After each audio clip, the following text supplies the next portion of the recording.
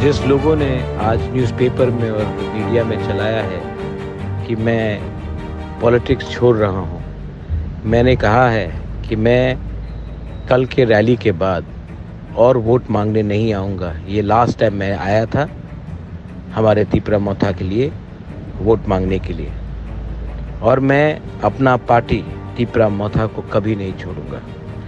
जब तक हमारे लोगों को कॉन्स्टिट्यूशनल सॉल्यूशन नहीं मिलता है, तब तक मैं कहीं नहीं जाऊंगा।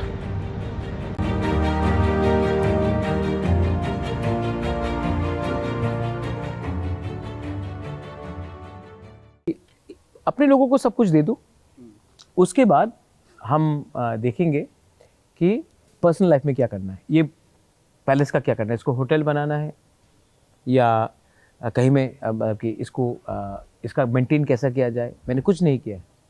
शिलोंग के घर को क्या कर दिया। मेरे माँ है 80 साल के होने वाली, 79 है, उनके साथ मैं समय नहीं बिता सकता हूँ।